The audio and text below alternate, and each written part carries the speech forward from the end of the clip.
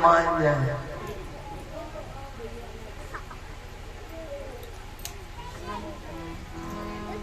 चार प्रकार के नातेदार होते हैं,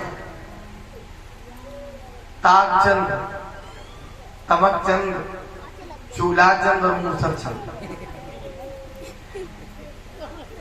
ताकचंद रिश्तेदार वो घर में आवे नजर डाले मतलब करता है। ताकचंद रिश्तेदारों में जैसे समझ लो सार्थक, भांजे मामा के घर जाए मांगने की जरूरत थोड़ी होती ना, देखो मतलब का है। मामा माई चिल्ला चिल्ला तो दरवाजा बंद कर दो और रैया के पहले सांसें न लो। ये ताकचंद रिश्तेदार। और तमकचंद रिश्तेदार जीजा फूफा, चार भाई कुर्सी में देर, पानी मिलने में हो जाए देर, बस दरवाजे से उठे खेतन बिठा ले। लोग पूछा वो जीजा पाने जी कहाँ गए, अब कोई हारन बजा रहे, अब वही तो फोन करे सीधे चली जाओ ना तो फिर ये तो करीब वाला ही सही हो। भंडारा पीछे जीजा बनाए जा रहे हैं, लेकिन जीजा इसे नहीं मानने वाले। ताकचंद, तमकचंद और चूलाचंद सारे और साड़ू। ये तिवारी जी अगर आवे तो बाहर नहीं रुक सकते, सीधे अंदर। बिट्टी कहाँ हो, अंदर है वही पिछले है घुसेंगे। अब मूसरचंद रिश्तेदार जानते कौन है? समधी। अगर समधी लड़के के ससुराल में पहुंचा तो फिर खराब है। बहुजिया तो सोचे जाने कहाँ करना है, मारे घोड़न के मरी जा रही है।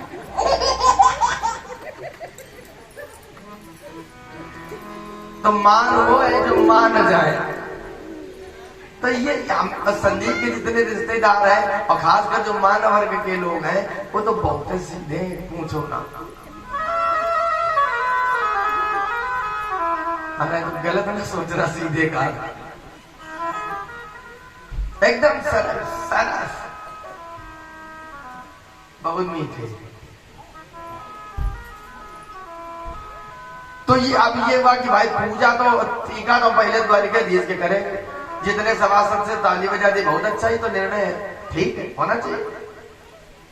लेकिन शिषपाल खड़ा हो गया, बोले अच्छा इस ग्वालियर का पूजन हमारे सामने और हमसे पहले हम इनके मान पक्ष के। अब तो उसने भगवान को जितने भी अपशब्द आते होंगे डिक्शनरी में जितने भी होंगे उसने सब पढ़ दिए। भगवान गणना कर रहे हैं, आए हुए राजाओं ने इसका विरोध करना चाहा था, भगवान ने सारा किया। भगवान ने सोचा आज आज आज अति कर रहा है, इसकी आज इति कर दे।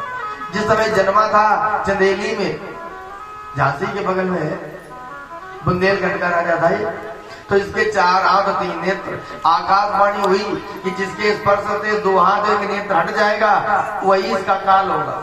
तो धर्मराज युधिष्ठिर और भगवान गए जब, तो जैसे भगवान ने उसको गोद में लिया तो 2 हाथ आंख हट गई।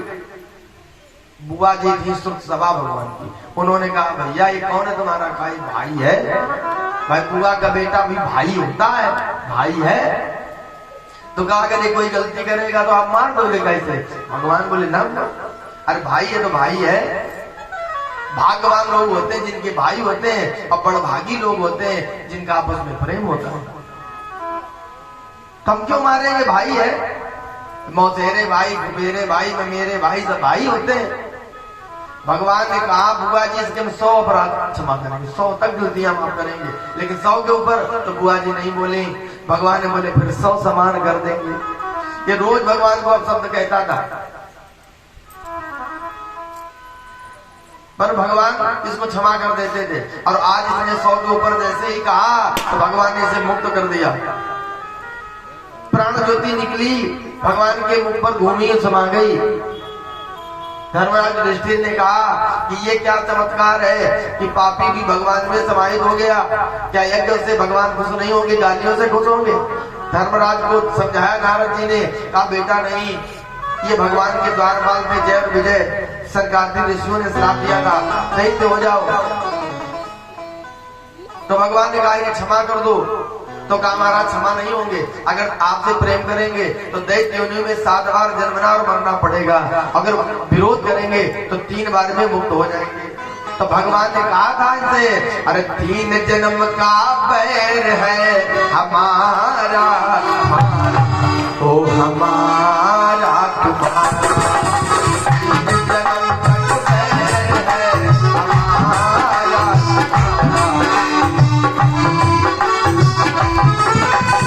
सतयुग त्रेता और द्वापर में होगा युद्ध करारा,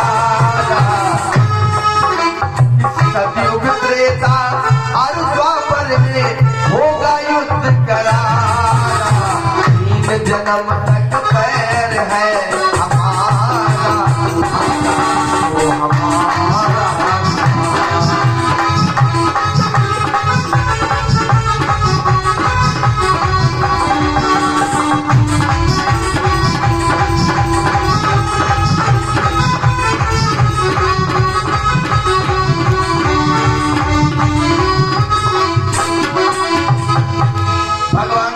मुक्त कर दिया शिशुपाल को।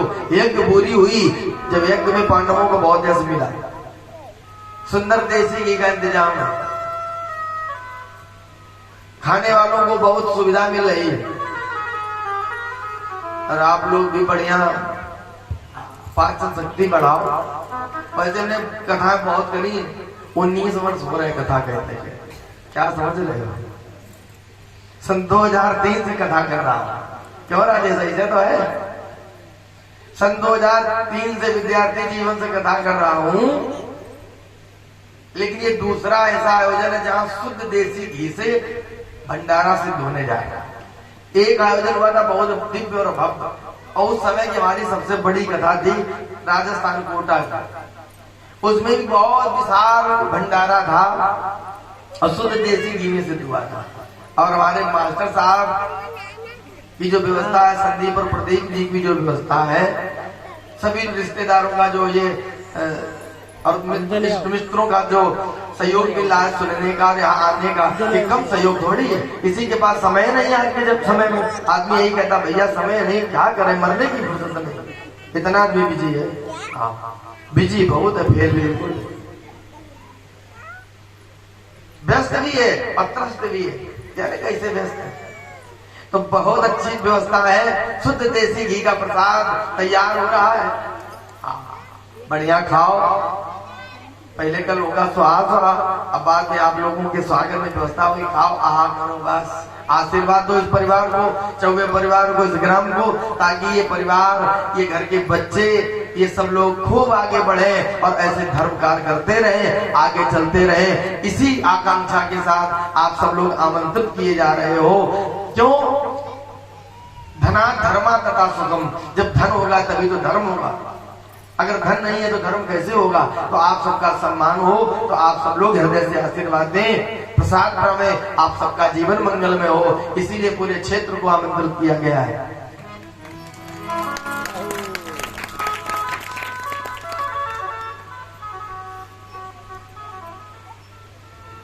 अच्छा तब लगता है जब लोग सदुपयोग करते हैं, यही है सदुपयोग धन का। क्योंकि धन की 3 गतियां हैं, दान, भोग और नाश। अगर दान नहीं कर पाए, न खाए न खिलाए, तो नाश तो होना एक दिन। ये शरीर का को भी नाश होना है। एक संत कहते हैं कि जिंदगी एक किराए का घर है,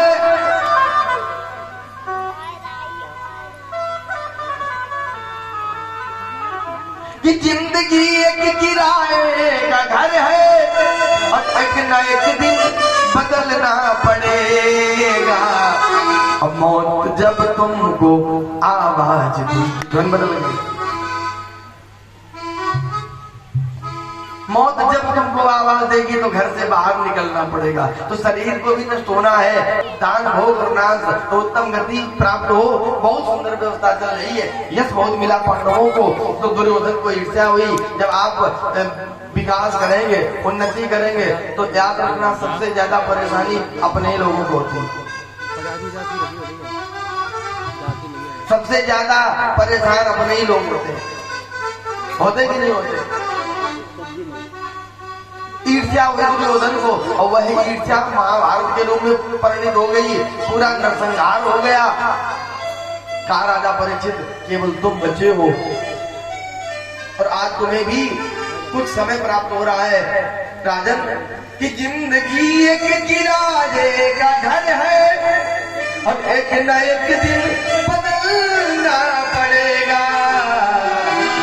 मौत जब तुमको आवाज देगी घर से बाहर, मौत जब तुमको आवाज देगी घर से बाहर निकलना पड़ेगा।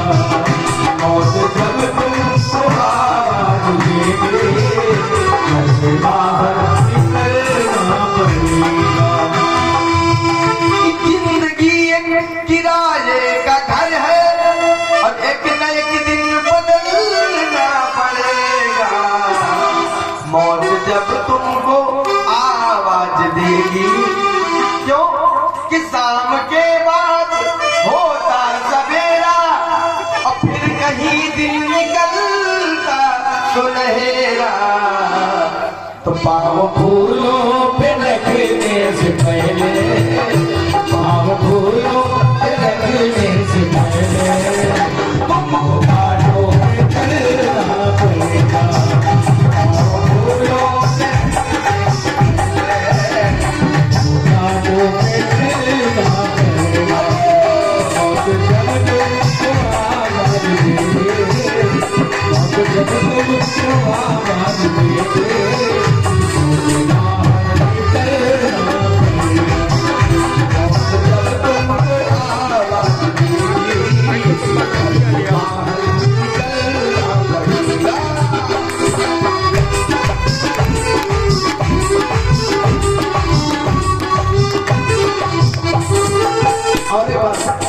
कि ढेर मिट्टी का हर आदमी है।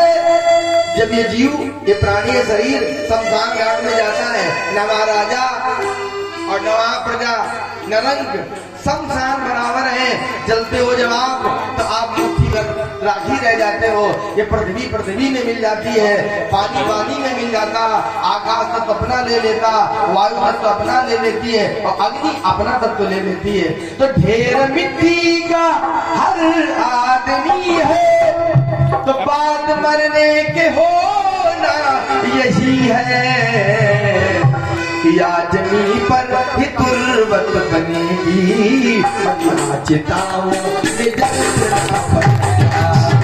आदमी में ही तुर्बत बनेगी, आदमी में ही तुर्बत बनेगी। चिताओं में चलना पड़ेगा, आदमी में ही तुर्बत बनेगी। चिताओं में चलना पड़ेगा। और जब तुमको आवाज देगी, मौत जब तुमको आवाज देगी, तो घर बाहर निकलना पड़ेगा। मौत जब तुमको आवाज देगी, बाहर निकलना। इसलिए एक काम करो, अभी तुम जवान हो, चल फिर लेते हो, सोचते हो रिटायरमेंट से भजन करेंगे, कहाँ पता है बुढ़ापा आवे, आंखें जने काम करें कि ना करें, रामायण गीता पढ़ पाओ कि ना पढ़ पाओ, तीर्थ जा पाओ कि ना जा पाओ। जब छुट्टी मिले तो पक्का कर लो कि अब की बार जून की छुट्टी में वृंदावन जाएंगे, अब की बार चित्रकूट जाएंगे, अब की बार अयोध्या जाएंगे, तो कम से कम तीर्थों का भी दर्शन करो। कि ये जवानी, भजन पूजन ये सब जवानी में बनता है। बुढ़ापे में तो सोचते रहते रहोगे बस लोग समझाएंगे। देखो दुनिया के लोगों की भाषा कितनी बढ़िया बदलती है। बच्चे का कोई बात चिंता करे तो लोग क्या कहते हैं, अरे तुमको क्या लेना देना, तुम खाओ खेलो पढ़ो लिखो बस। फिर वही आदमी जब बड़ा हो जाता, फिर घर वाले उसे भाषण देते हैं, ऐसे काम नहीं चलेगा, कुछ कमाओ दमाओ। आदमी वही बूढ़ा हो गया, फिर भाषा बदल गई घर वालों को कि अरे तुम्हें जाने क्या टेंशन, तुमको क्या लेना देना, अब तुम चुप्पा बैठो भजन करो। बा ये दुनिया कब क्या सिखाए। तो ये जवानी है 2 दिन का सपना और ढूंढ ले कोई महल खूब अपना। ये जवानी है दो दिल का सपना, तो ढूंढ ले कोई महबूब अपना।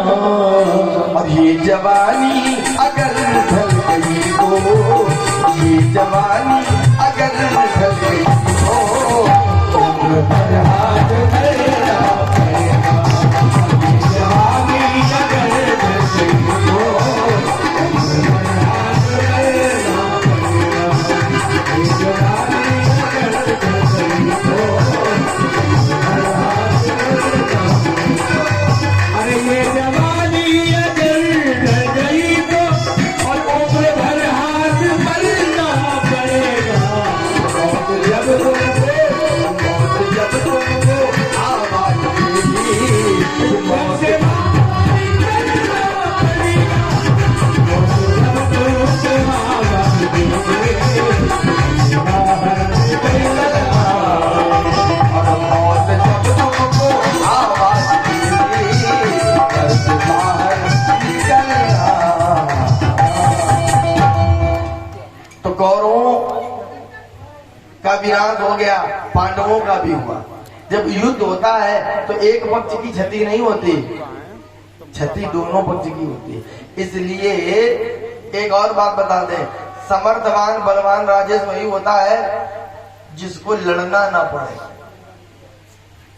अगर लड़के आपको विजय मिली तो आपका भय नहीं,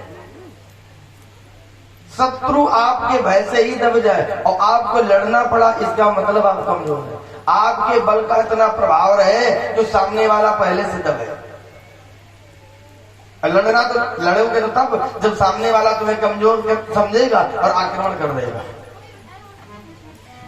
जब युद्ध हुआ महाभारत का तो भगवान तो पांडवों की विजय चाहते ही थे। बलराम भैया सोचे दुर्योधन हमारा बहुत प्रिय शिष्य है, ऐसा ना हो कि भाई भाई आमने सामने हो जाए, तो हम इनके मन की हो जाने दे, हम लोग कहीं जाते हैं। तो निकल गए तीर्थों में, घूमते घूमते पहुंचे नैमिष में। वहां पर सूत जी ऊंचे आसन पर बैठे कथा कर रहे थे, बलराम जी बैठे सुनते रहे। फिर सोचा ये सूत प्रतिलोम में जा,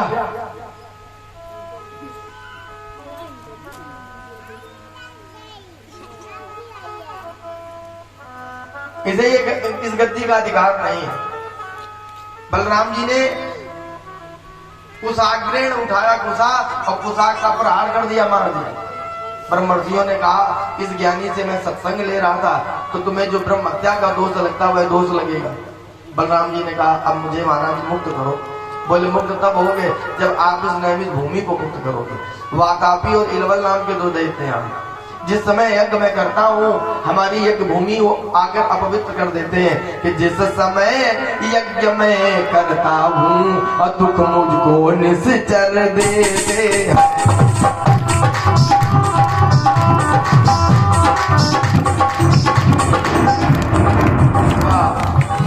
जिस समय यज्ञ मैं करता हूँ दुख मुझको निश्चर देते।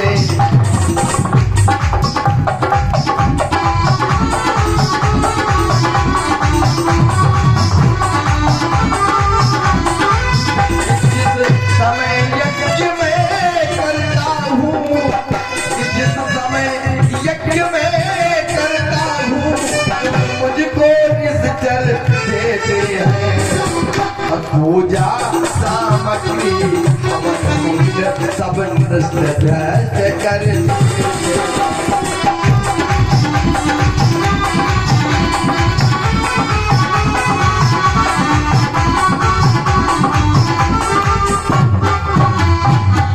बलराम जी ने कहा आप प्रातः यज्ञ प्रारंभ करो।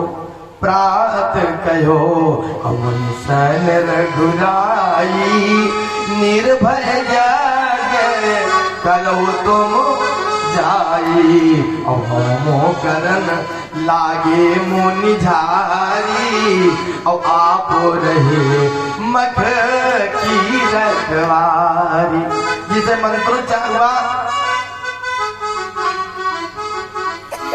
उसी समय वातापी और इलबल वहां पर आ गए एक को अपवित्र करने के लिए, बलराम जी ने उनका वध किया, नैमिष को पवित्र किया और रोमहर्षण के पुत्र उग्रश्रवा को सूत की गद्दी पर, पिता की गद्दी पर, पिता की संपत्ति पर पुत्र का तो अधिकार होता ही है।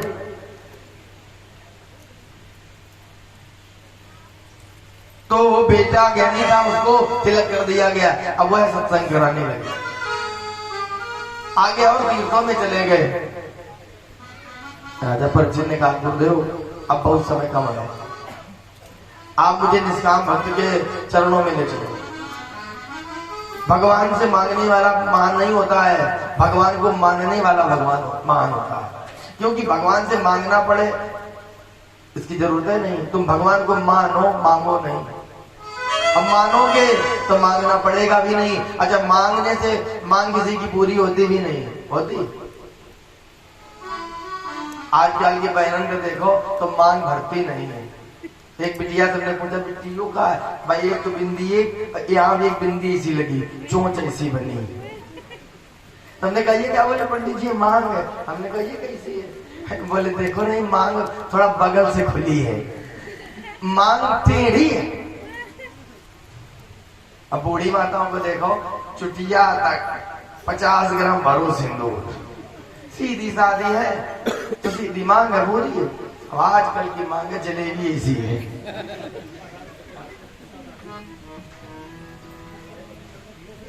अब जलेबी इसी मान लो चाय करती, इसी मान लो हाय जैसी ही।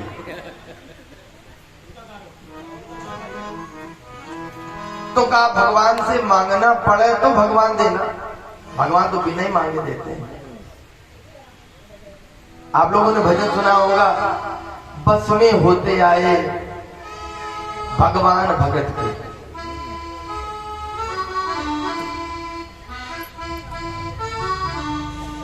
बोले गोविंद भगवान की।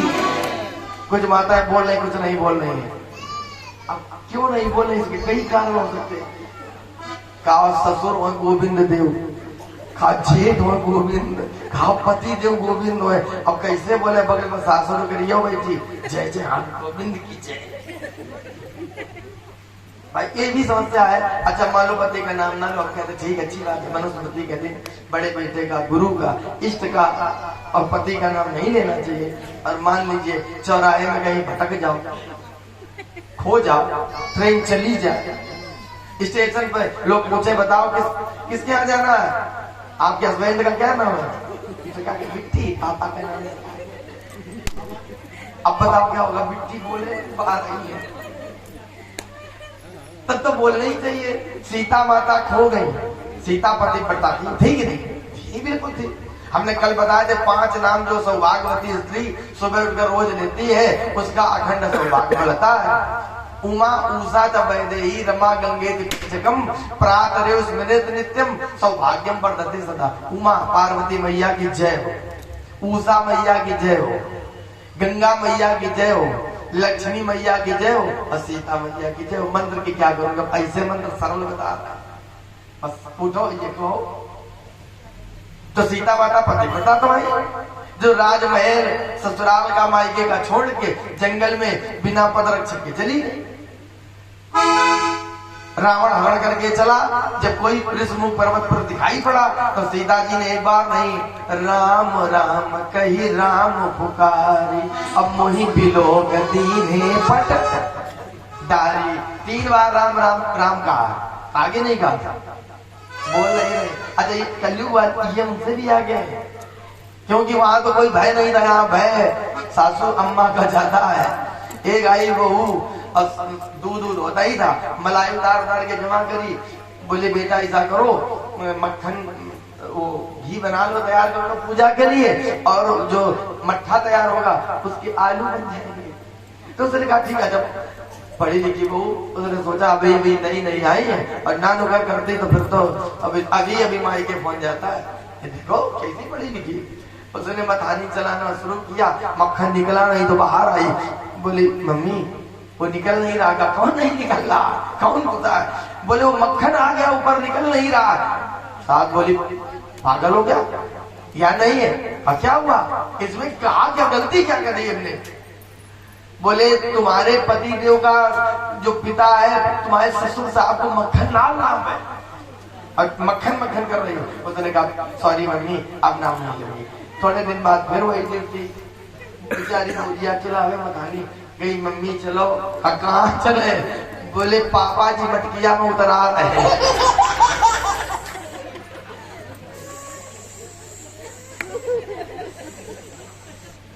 अम्मा बोली साहब बोली ये बड़ौना मटकी में क्या करूंगा, मटकी में कैसे घुस गया?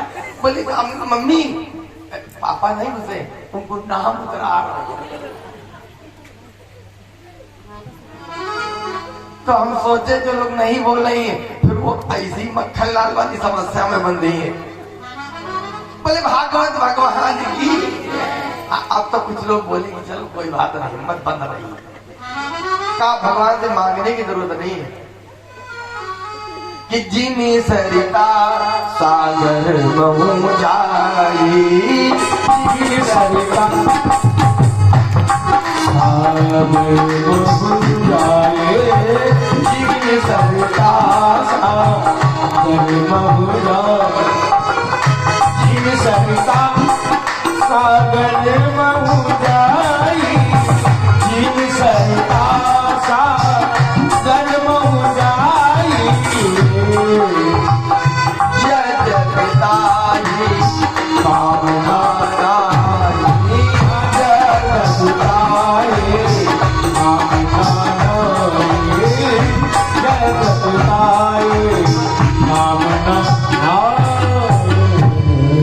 नदियां स्वतः चल करके सागर में विलय करती हैं। ऐसे ही तिम सुख संपत्ति नहीं भुलाए और धर्मशील पही जाए सुभाए। तुम धर्मवान बनो, पाणे जी धर्मशील बनो तो सुख संपत्ति नदियों के तरीके से भी नहीं बुलाए और धर्मशील पही जाए सुभाए। रामायण में भी ये बात आई और यही बात आप एक आरती गाते हो 150-200 वर्ष से, जो पंजाब में बहुत बड़े ज्योतिषाचार्य हुए उनके द्वारा लिखी गई है। ओम जय जगदीश हरे, लगभग 250 वर्ष से आरती गाई जा रही है। उसकी पहली पंक्ति कहती है जो ध्यावे फल पावे दुख बिन से मन का। बस इस पंक्ति पर जोड़ दो, समझने की बात यहाँ है। दुख बिन से मन का मने दुख में सुमिरन सब करे, सुख में करे न कोई, और जो सुख में सुमिरन करे तो दुख काहे का वो। ये बात यहाँ खुल रही है। जो ध्यावे फल पावे दुख बिन से मन का तो सुख संपत्ति घर आवे। तीसरा प्रमाण यथा नदी नाम बाबू बेगा, जैसे नदियां बह करके समुद्र में जाती ऐसे ही चौथा प्रमाण उत्साह संपन्न सुवासिता का। आप लोगों ने श्लोक पढ़ा होगा, उत्साह संपन्न मदीर्घ सूत्रम क्रिया विविज्ञन व्यसनम सुसक्तम सूरम कृतज्ञम दृढ़सो हृदय तो लक्ष्मी स्वयं याति निवास। हे तो 4 प्रमाण आपको दिए, किसी ने मांगा नहीं है। श्रमजीवी बनो, श्रद्धावान बनो, क्योंकि कर्म के ही वृक्ष में भाग का फल लगता है। जैसा आपने कर्म किया है वैसा ही आपका भाग निर्मित होगा। भाग कोई अन्य चीज नहीं है, कर्म का ही प्रारूप है। जैसे बीज का दूसरा स्वरूप है वृक्ष। बीज जमीन में दफना दिया जाता, गाड़ दिया जाता, तो बीज का रूप विस्तृत होता है। जब वो जमीन में गड़ जाता है और वो वृक्ष के रूप में प्रकट होता और अनंत वृक्ष पैदा कर देता। ऐसे ही हमारे कर्म का दूसरा स्वरूप है, उसे कहते भाग या फल। तो हमें कर्म अच्छे करने चाहिए, मांग नहीं रखनी चाहिए। अच्छा, मांग हमेशा कर्म से ज्यादा होती है, कामना हमेशा कर्म से अधिक होती है, और यही दुख है जीवन का। अगर आपने कर्म किया है और बिना मांगे जो किया उतना मिल जाएगा, और जब मांगोगे तो कर्म से ज्यादा ही मांगोगे, ये कर्म है। और जब ज्यादा मांगोगे तो मिलेगा तो नहीं ज्यादा, मिलता ज्यादा। जब ज्यादा नहीं मिलेगा, मांग है ज्यादा, तो क्या होगा? दुख। यही तो दुख है भाई। पैर टूट जाए दुख है कि पीड़ा? दुख क्या है? कल्पित सुखों का अभाव। जो आपने कामना की जिस सुख की और वो पूरी ना हो, क्यों मास्टर साहब? यही तो दुख है। आदमी कामना करे किसी चीज की और वो पूरी ना हो, दुख। सुख क्या है? जो सोचा है वह पूरा हो जाए, अब सब हो गया। लेकिन दुख सुख से जो परे है वो है परम सुख। वह केवल एक ही जगह मिलता है सच्चा सुख, केवल भगवान तुम्हारे चरणों में। कोई बात नहीं, तुम्हें हाथों में मिल जाएगा, मैं चरणों में मिल जाएगा।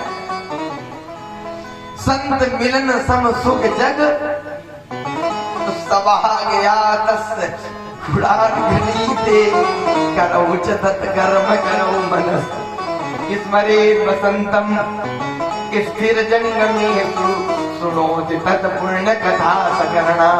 सवाक, वाक माने वाणी, सवाक या तस्य गुणान गणीते, जिसकी वाणी भगवान के गुण गणों का गायन करती हो।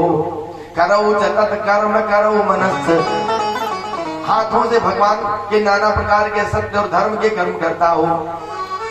और स्मरेण वसंतम स्थिर जंगमेषु, इस स्थावर जंगम में प्रत्येक जीव में जो भगवान का दर्शन करता हो। यो माम पश्यति सर्वत्र सर्वम में च पश्यति, तस्याहं न प्रणश्यामि सचमेन प्रणश्यति। गीता में भगवान कहते हैं जो सब में हमको देखता है, सबको मुझ में देखता है, न तो वह मरता है न मैं मरता हूँ। ऐसे भक्त की कथा सुनाओ ना। सुखदेव जी बोले वाह, बहुत सुंदर बात है। भगवान के सखा थे, वह ब्राह्मण थे। भगवान को ऐसे सखा बहुत हुए। बाल सखा संग भोजन नहीं, बाल सखा संग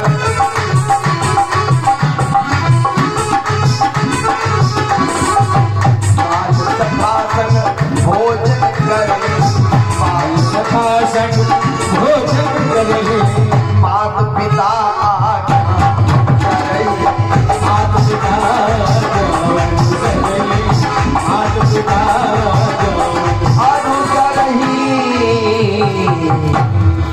तो बाल सखा भगवान के श्रीदामा, सुबल, स्तोक कृष्ण, अंश, दामन, विरूतप, मधुमंगल, बिलोमंगल, ये भी सखा है भगवान के। और आगे जब बड़े हुए तो भगवान के दो खास सखा छत्री हुए। प्रश्नी नाम प्रवरो मंत्री, कृष्ण सदैता सखा, शिष्यो बृहस्पति साक्षात, उद्धव बुद्धि सत्तमा। कौन? उद्धव जी। दूसरे सखा है अर्जुन। लेकिन ये कैसे सखा है? कृष्णस्यासीद सखा कश्चिद, ब्राह्मणो ब्रह्म विद्तमा, विरक्त इंद्रियार्थेषु प्रशांतात्मा जितेन्द्रिया। ये भगवान के सखा ब्राह्मण है। ब्राह्मण सखा है ब्रह्म विद्तमा। अब वित्त माने होता पैसा। संसार में अगर आपके पास 10 लाख है तो किसी के पास 11 लाख है, तो किसी के पास 1100 लाख है। तुम जितने हो उससे ज्यादा भी इस धरती पर बड़े लोग हैं, क्योंकि इस धरती में वीर, ज्ञानी और धनी को नापने का तक घुटा नहीं बना, अंत ही नहीं। तो वो धनी कैसा है? कबीरा सब जग निर्धना, धनवंता नहीं कोई, और धनवंता सोई जानिए जाके राम नाम, ऐसा धनी। दूसरा ब्रह्मविद ब्रह्मयु भवति, माने ब्रह्म ज्ञानी है। अच्छा ये बताओ, ब्रह्म ज्ञानी इंद्र से बड़ा है, ब्रह्म ज्ञानी शंकर से बड़ा है, ब्रह्म ज्ञानी ब्रह्मा से भी बड़ा। कैसे? वो ब्रह्म ज्ञानी स्वतः ब्रह्म स्वरूप होता है। उल्टा नाम अजपत जग जाना, अब वाल्मीकि भय ब्रह्म।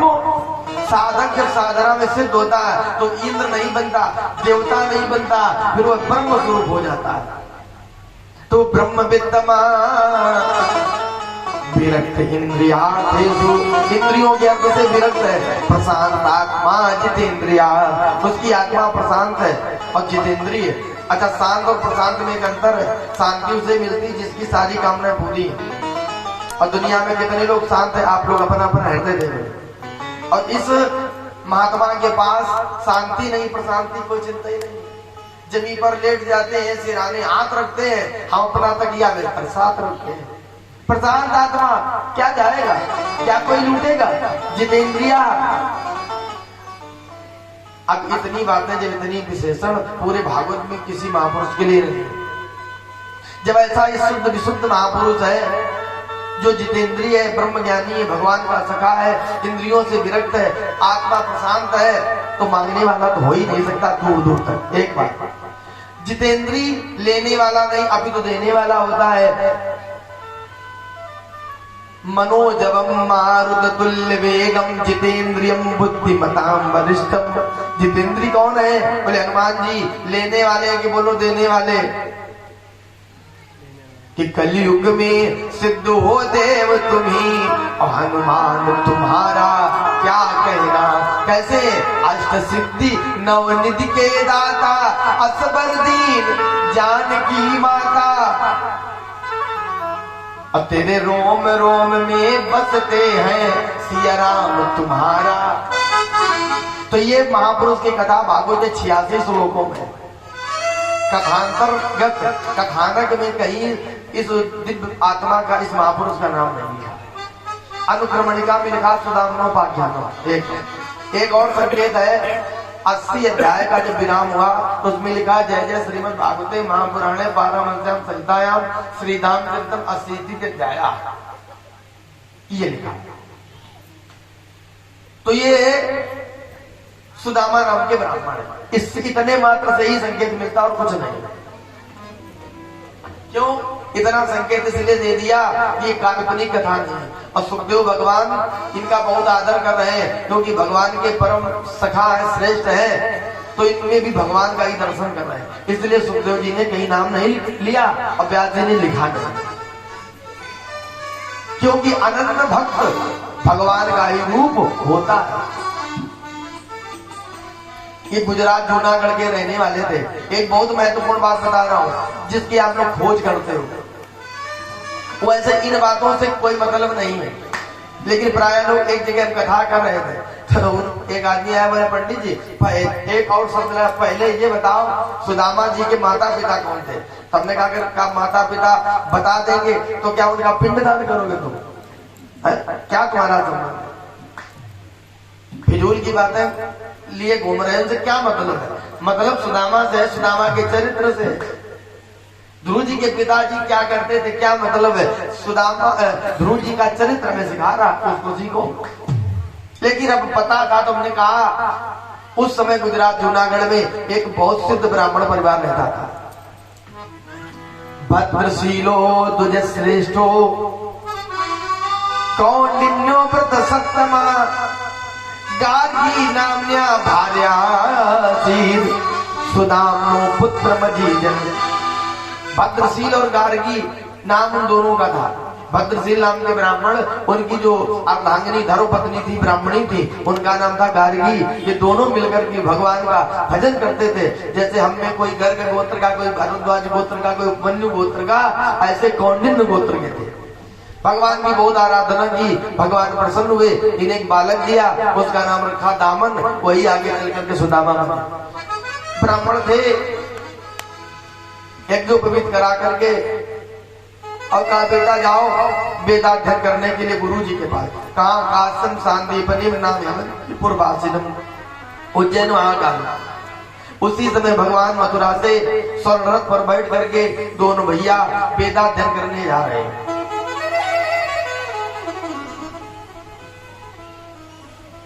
रास्ते में भेंट हुई। भगवान ने कहा भाई हम जा ही रहे, चलो तुमको भी ले चले। कहाँ जाओगे? वहां छोड़ देंगे तुम्हें। सुदामा जी ने कहा हमारे माता पिता ने मुझे वेदाध्ययन के लिए भेजा है। कहा भैया हम भी तो वहीं जा रहे हैं गुरु जी के पास, हम लोगों का लक्ष्य एक है, हमारे पास साधन है, आओ तुम उसका उपयोग करो। सुदामा जी बोले दूसरे के साधन की इच्छा नहीं रखनी चाहिए। भगवान ने कहा नहीं नहीं, तो मेरे यहाँ से मित्र, और मित्र के वस्तु पर मित्र का अधिकार होता है। मित्र की माँ तो आपकी माँ, मित्र का भाई तो आपका भाई, मित्र की बहन आपकी बहन, मित्र का घर तो आपका घर, लेकिन बोले गोविंद भगवान की।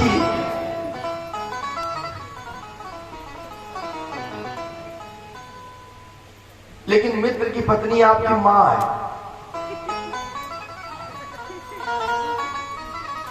भाई बहन तो बहन है, भाई तो भाई है, पिता तो पिता है, माँ तो माँ है, पैसा तो पैसा है, लेकिन मित्र की पत्नी हाँ वो माँ है। अब आप कहेंगे माँ है, हाँ प्रमाण दे रहे, ऐसा कही नहीं रहे। राज पत्नी गुरुर पत्नी मित्र पत्नी जयावते समाता पत्नी माता जा पंचयिता मातरा सदा, तो वो माँ है। देखो शास्त्रों ने कैसा बढ़िया बांधा है कि धोखा कहीं ना हो। हमारी रक्षा कौन करता है? हम लोग संसार में रहते हैं, कौन रक्षा करता है? ये धर्म ही तो करता है, यही धर्म है, यही धर्म है। राजा की पत्नी माँ है, गुरु की पत्नी माँ है, मित्र की पत्नी माँ है, सो माता जो अपनी माँ है वो माँ है, और पत्नी माता है, पत्नी की माता होती है क्या? पत्नी माता मतलब सासू माँ। जो पत्नी की माँ है वह भी माँ ही होती है, इसलिए उसका भी सम्मान सीखो। वो भी आदर के पात्र है, सम्मान के पात्र है, वो भी माँ है। तो भगवान ने कहा और रथ पर बैठो, चलो ले चलते हैं तुम्हें। रथ पर बिठा लिया। कहते मित्रों ना, अलेत देत मन संकन धरई,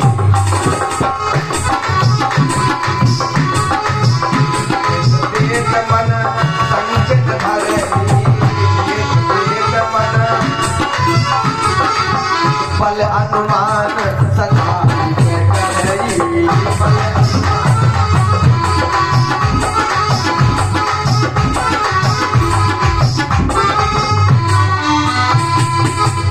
बल अनुमान सदा हित करई।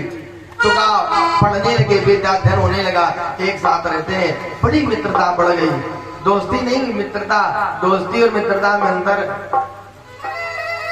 मित्र तो कोई एक होता है जो ये कहता कुलदीप की बात खराब है, भविष्य खराब हो जाएगा, बिगड़ जाएगा। वो मित्र छोटा भी हो सकता, मित्र बड़ा भी हो सकता, लेकिन कुपथ निवार सुपंथ चलावा, गुण प्रगट ही अवगुण ही दुरावा, वो मित्र है। लेकिन दोस्त तो फिर तुम्हें पार्टी में ले जाएंगे। अरे मैंने कोई बात नहीं, ऐसे बड़े धीरे धीरे।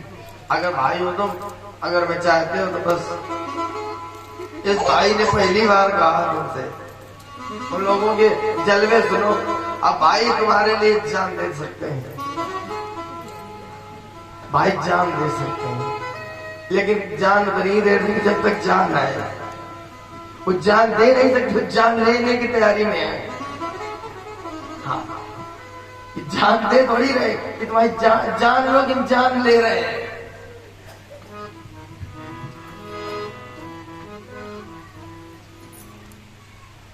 पापान निवारयत यो जयते हिताय। राकेश पढ़े तो हो गए। तो कहा वो मित्र है, रहने लगे, बहुत मित्रता बढ़ गई। एक दिन आश्रम में ईंधन कम पड़ गया। गुरु माता ने कहा लाला भोजन कैसे सिद्ध हो? कन्हैया बोले अरे भैया मैं अभी लाता हूँ, चलो सुदामा भैया जंगल से आज कुछ लकड़ियां लेके आ रहा हूँ। आज राजकुमार बहुत अच्छा साउंड बज रहा है, छेड़ा नहीं बस ऐसा चलने लगे। तो गुरुदेव भगवान ने कहा, सांदीपन गुरु जी ने कहा देवी बच्चे जा रहे हैं, इनको इतने बड़े काम के लिए भेज रहे हो, कितने छोटे छोटे देखो था। वास्तव में शिष्यों में गुरु के प्रति बड़ा आदर होता है, और उसमें भी जो छोटे छोटे शिष्य होते हैं। जैसे गुरु जी पहुंचे, अब तो खैर बड़ी मानसिकता खराब की जा रही है समाज में, नमस्ते नमस्कार का जमाना आ गया, गुरु शिष्य परंपरा में प्रेम ही नहीं रह गया, उसका भी व्यवसायीकरण हो गया, लोग ड्यूटी निभा रहे हैं। लेकिन इससे बड़ा कोई रिश्ता ही नहीं होता है। मैं तो ये मेरा मानना है कि डॉक्टर से गलती हो जाए तो एक ही मरीज मरता है, किसी इंजीनियर से गलती हो जाए तो एक ही नक्शा बिगड़ता है, किसी राजमिस्त्री से गलती हो जाए तो एक मकान एक दीवार बिगड़ती है। लेकिन किसी गुरु, किसी धर्मोपदेशक, किसी शिक्षक से अगर गलती होती है तो एक नहीं पूरा राष्ट्र गलती को भोगता है, एक नहीं। तो ये बहुत जिम्मेदार पद है। शिक्षक बनना कोई छोटी बात नहीं है। और जो शिक्षक है उनसे पूछो चौराहे पे कितने दिन चाट खाई, उनको ये लग रहा है कि कहीं चेला देखे गुरुजी पानी वाले बतासा खा रहे हैं। एक साधारण उदाहरण दे रहे हैं और आगे तो आप लोग कल्पना करो कि कितना बड़ा बंधन होता गुरु के आगे। और वो अपने जीवन में कितने विद्यार्थी पढ़ा के निकाल देता जो बराबर के हो जाते। तो बोलो उसे हमेशा मर्यादा के बांध में बंधना पड़ता कि नहीं बंधना पड़ता? जब गुरु के अंदर त्याग होगा तभी उस शिष्य का निर्माण कर सकता है, तभी राष्ट्र का हित कर सकता है, तभी समाज का हित कर सकता है, तभी परिवार का भी हित कर सकता है, वरना हित होने वाला नहीं है। इसलिए गुरु के हृदय में माँ की ममता भी मिलती है और पिता का प्यार मिलता। कभी कभी जैसे घर में पिताजी कहते कि बहुत दुष्ट है, इसको पैसे से न देना, खाना भी नहीं देना, निकाल दो इसको घर से बाहर।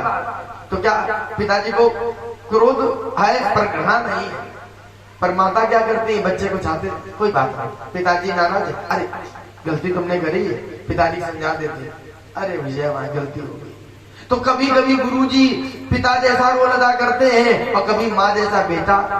बहुत पढ़ के चले गए, 2-4 साल की तपस्या का समय है, बना लो भविष्य। क्या है? हमारा तो यही काम है, लेकिन तुम याद करोगे। यही बात विश्वामित्र से दशरथ जी ने कही थी। राम जी का हाथ लक्ष्मण को दिया, लक्ष्मण का हाथ राम जी को दिया और क्या कहा? मेरे प्राण नाथ सुत दो, तुम मुनि पिता आन नहीं को। तुम पिता हो और गुरु भी पिता होता है, पिता भी 5 होते हैं। यहाँ विद्वान लोग बैठे हैं। जनिता चोपनेता चा यश विद्या प्रक्षति। आजकल के तो ऐसे चेला अगर गुरुजी कमजोर हो तो फिर भगवान वाले की इज्जत बचाना कठिन है। जनिता चोपनेता चा यश विद्या प्रक्षति अन्नदाता भयत्राता पंचयिता पितरा स्मृता। जनिता जन्म देने वाला पिता है, वो बाप भी और पिता भी है। बाप एक ही है जिससे जन्मे और पिता भी है। उपनेता चा यज्ञोपवीत कराने वाला। यश विद्या प्रक्षति जो तुम्हें जीविकोपार्जन की विद्या दे रहा है, शिक्षा दे रहा हुआ है भी पिता है। अन्नदाता जो जीविका दे रहा है और भयत्राता जो रक्षा कर रहा है वो भी पिता है। जनिता चोपनेता चाह यश विद्या प्रक्षति अन्नदाता भयत्राता पंचयिता पितरा स्मृता। तो उन्होंने कहा कुछ 2 भाई बच्चे जा रहे हैं। उन्होंने कहा तो ठीक है।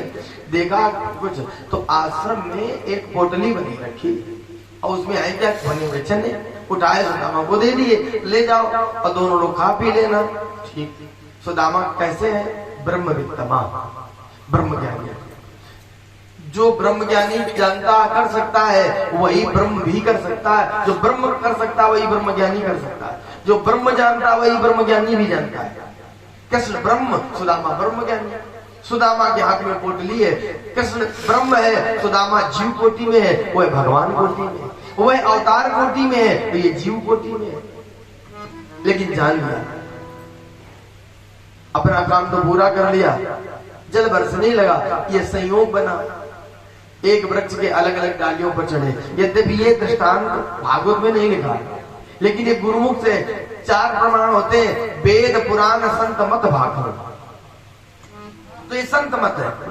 जब चलने लगे तो जल वर्षी होने लगी, खूब बादल गरजे, पानी बरसा। सुदामा जी को पोटली निकाले, बहुत पीला हुई काका नहीं।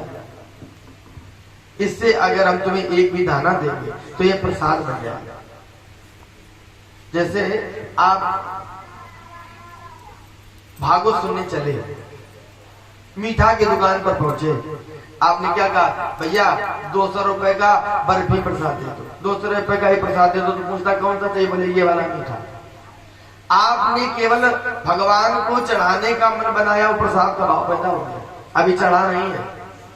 और जब भगवान को चढ़ा दिया तो डब्बा पूरा का पूरा रखा है, लेकिन वो पूरा प्रसाद बन गया, भगवान ने ले भी लिया और प्रसाद भी बन गया। लोग कहते भगवान खाते नहीं, और खाते होते तो सब खा जाते, खा भी जाते हैं, ऐसा नहीं कि खाते नहीं है। आज का प्रमाण है कर्माबाई मीराबाई के चरित्र, अगर सुनो, समय कम है नहीं तो दृष्टांत देता, भगवान खा भी लेते हैं, लेकिन वो पूरा का पूरा बना रहता और भगवान खा भी जाते। जैसे ऐसे एक विद्यार्थी ने प्रश्न किया गुरु जी से, कहा भगवान खाते ही नहीं, अगर खाते हैं तो फिर कम क्यों नहीं होता? उन्होंने कहा कोई बात नहीं। बोले बेटा ये पुस्तक लो, इसकी ये चौपाई, ये दोबाई, ये 16 श्लोक याद कर लिया।